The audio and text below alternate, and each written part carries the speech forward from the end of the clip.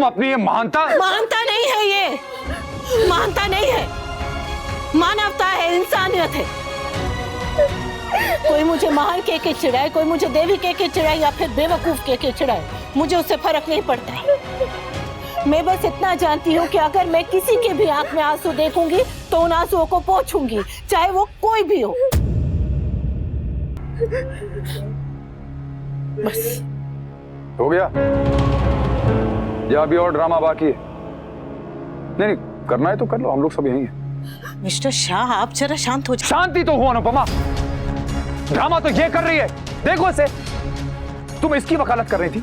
अरे इनसिक्योरिटी इसकी प्रॉब्लम नहीं, इसकी बीमारी बन चुकी है, बीमारी। अरे क्या क्या नहीं किया मैंने इस औरत के लिए। तुम्हें छोड़ा, बाप बापूजी को नाराज किया, अपने बच्चों के आगे हीरो से जीरो बन गया। मेरे ऑफिस में लोग मुझ पे हंसे, समाज ने ताने कसे, लेकिन फिर भी मैंने इससे शादी की। मैंने इसे झेला, इसके गुस्से को झेला, इसकी बदतमीजियां, इसकी गलतियां सब बर्दाश्त की। और अगर उसके बाद भी औरत इनसिक्योर है तो इसमें मेरी गलती नहीं है, इसकी खुद की गलती है। गलती नहीं बल्कि पागलपन है। अगर आपने इसे बर्दाश्त किया है तो इसने भी आपको बर्दाश्त किया है।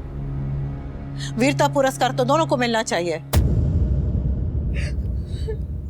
पर यह वक्त नहीं है इन सब बातों का। आप जरा इसे संभालिए ना। वैसे तुम हमारे रिश्ते में क्यों पड़ रही हो? जरा भी नहीं हो। मुझे आपके रिश्ते में जरा भी नहीं पड़ना है। ये आप दोनों का रिश्ता है, इसे रखना है रखिए, फेंकना है फेंकिए, तोड़ना है तोड़िए, जोड़ना है जोड़िए, जो करना है करिए, आप दोनों का फैसला है। मैं बस इतना कह रही हूँ कि जो भी फैसला लेंगे उसे होश में लीजिए, गुस्से में नहीं। अगर मैं गुस्से में लेता भी हूँ तो तुम्हें क्या फर्क पड़ता है अनुपमा? मुझे फर्क नहीं पड़ता है, पर मेरे बच्चों को फर्क पड़ता है। कल सुना ने स्वीटी क्या कह रही थी, उसका वैसे भी शादी पर से विश्वास उठ गया है। अब ये दोबारा से अपने पिता को तलाक लेते हुए देखेगी तो उस पर क्या असर पड़ेगा, क्या सीखेगी वो? तो तुम क्या चाहती हो? वो क्या देखे? मैं बस इतना चाहती हूँ कि वो अपने पिता को और उनकी पत्नी को एक दूसरे से कम तमीज से बात करते हुए देखे। हाथ थाम कर नहीं चल सकते तो कोई बात नहीं, हाथ छोड़ दीजिए, पर सिर्फ हाथ छोड़िए, तमीज नहीं। रिश्ता खत्म होने का मतलब ये नहीं होता कि आप फटाफट से ऐसे दुश्मनी कर ले। मैं और काव्या एक दूसरे के दुश्मन हैं, लेकिन आज उसकी हालत देखकर मैं उसे संभाल रही हूँ। तो आप तो इसके पति हैं। हमारे संस्कार हमें यही सिखाते हैं कि अगर दुश्मन भी गिर जाए तो वहां पर खड़े होकर उस पर हंसो मत, उसे हाथ दे के उठाओ।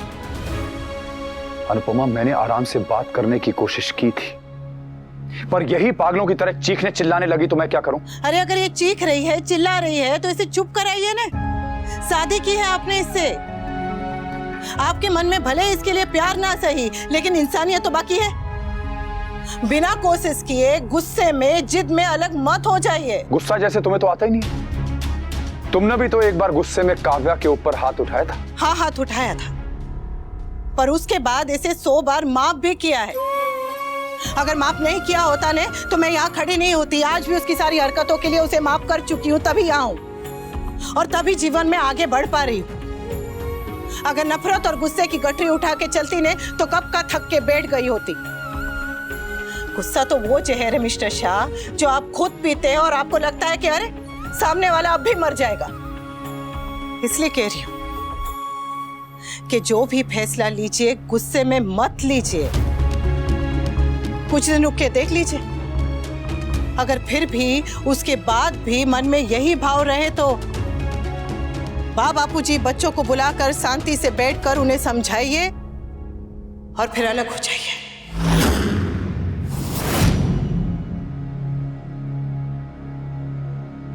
Thank you Anupama, thank you मेरा साइड लेने के लिए।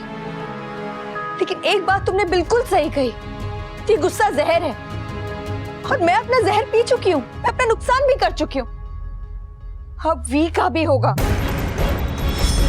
सॉरी वी, तुम चाहे जो करो, जो बोलो, जितना बोलो, लेकिन मैं तुम्हें डिवोर्स नहीं दूंगी। You will.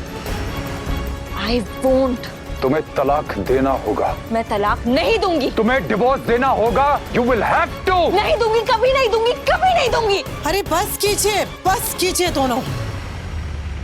दोनों को इतना समझा, लेकिन दोनों के कान पे जू तक नहीं रेंग रही। मैं जितना समझा सकती थी मैंने समझा लिया, अब आप अपना अपना देख लीजिए। रुको अनुपमा,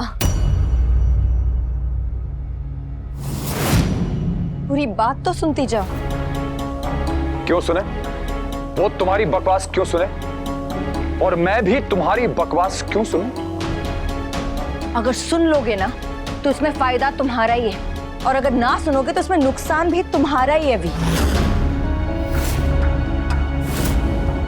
सिंपल सी बात है मनराज, अगर तुम मुझे हर्ट करोगे तो मैं भी तुम्हें चैन से जीने नहीं दूंगी। अच्छा, क्या करोगे? काव्या!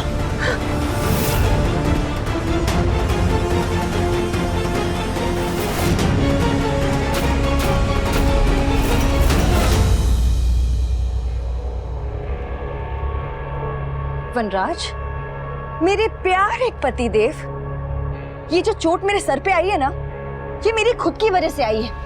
लेकिन यू नो व्हाट, मैं पुलिस से कहूंगी कि ये चोट मुझे तुमने दी है। काव्या! आवाज नीचे वनराज,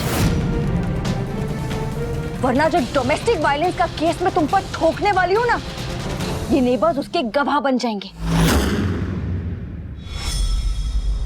ये तुम क्या कर रही हो काव्या? जो तुम्हें करना चाहिए था, जब इस आदमी ने तुम्हारे होते हुए मेरे साथ अफेयर चलाया। सबसे पहले तो इस पर चीटिंग का केस ठोकना चाहिए था, फिर मेंटल असॉल्ट का, उसके बाद टॉर्चर का केस ठोकना चाहिए था तुम्हें। मैं ये सब कर सकती थी क्योंकि ये सब मेरा हक था।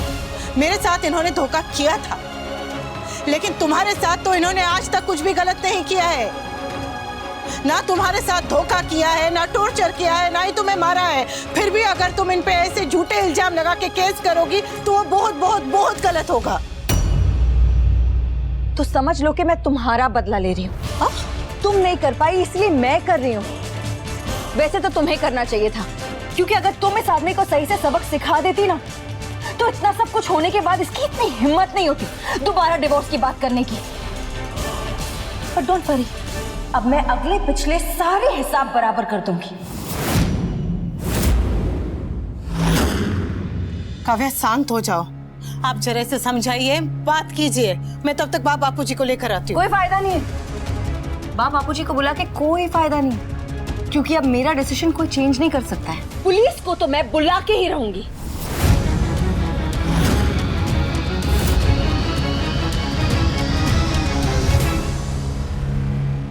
तुम्हें इतनी जहमत करने की जरूरत नहीं है, मैं पुलिस को बुला देता हूँ। तुम्हें मुझ पर केस ठोकना ना, ठोको। मेंटल असॉल्ट का केस ठोको, डोमेस्टिक वायलेंस का केस ठोको, फ्रॉड का, चीट का, जो केस ठोकना है ठोको।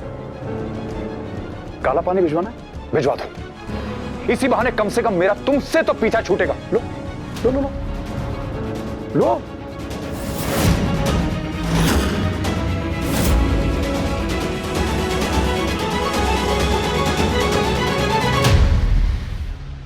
पागल हो गए क्या आप दोनों? पागल हुआ नहीं हूं, लेकिन हो जाऊंगा अगर इस औरत के साथ रहा मैं। मुझे जेल जाना मंजूर है, फांसी चढ़ना मंजूर है, लेकिन इस औरत के साथ मैं और नहीं रह सकता। तुम्हें जितने पैंतरे आजमाने हैं आजमा लो काव्या, लेकिन ये डिवोर्स तो अब होके रहेगा। अनुपमा, तुम बहुत अच्छी इंसान हो, लेकिन हर इंसान अच्छाई डिजर्व नहीं करता है, खास करके ये औरत। इसलिए प्लीज तुम हमारे बीच में मत पड़ो और अपना देखो।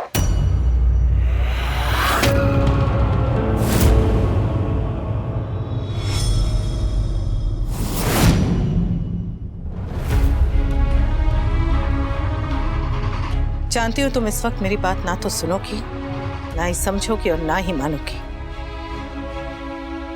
फिर भी कहूंगी, आग से आग नहीं बुझती। इससे ज्यादा मैं तुम दोनों के बीच में बोलने का हक नहीं रखती। अपनी मर्यादा में रहकर जितना समझा सकती थी मैंने समझा लिया। अब समझना है समझो, नहीं समझना है नहीं समझो, तुम लोगों की मर्जी।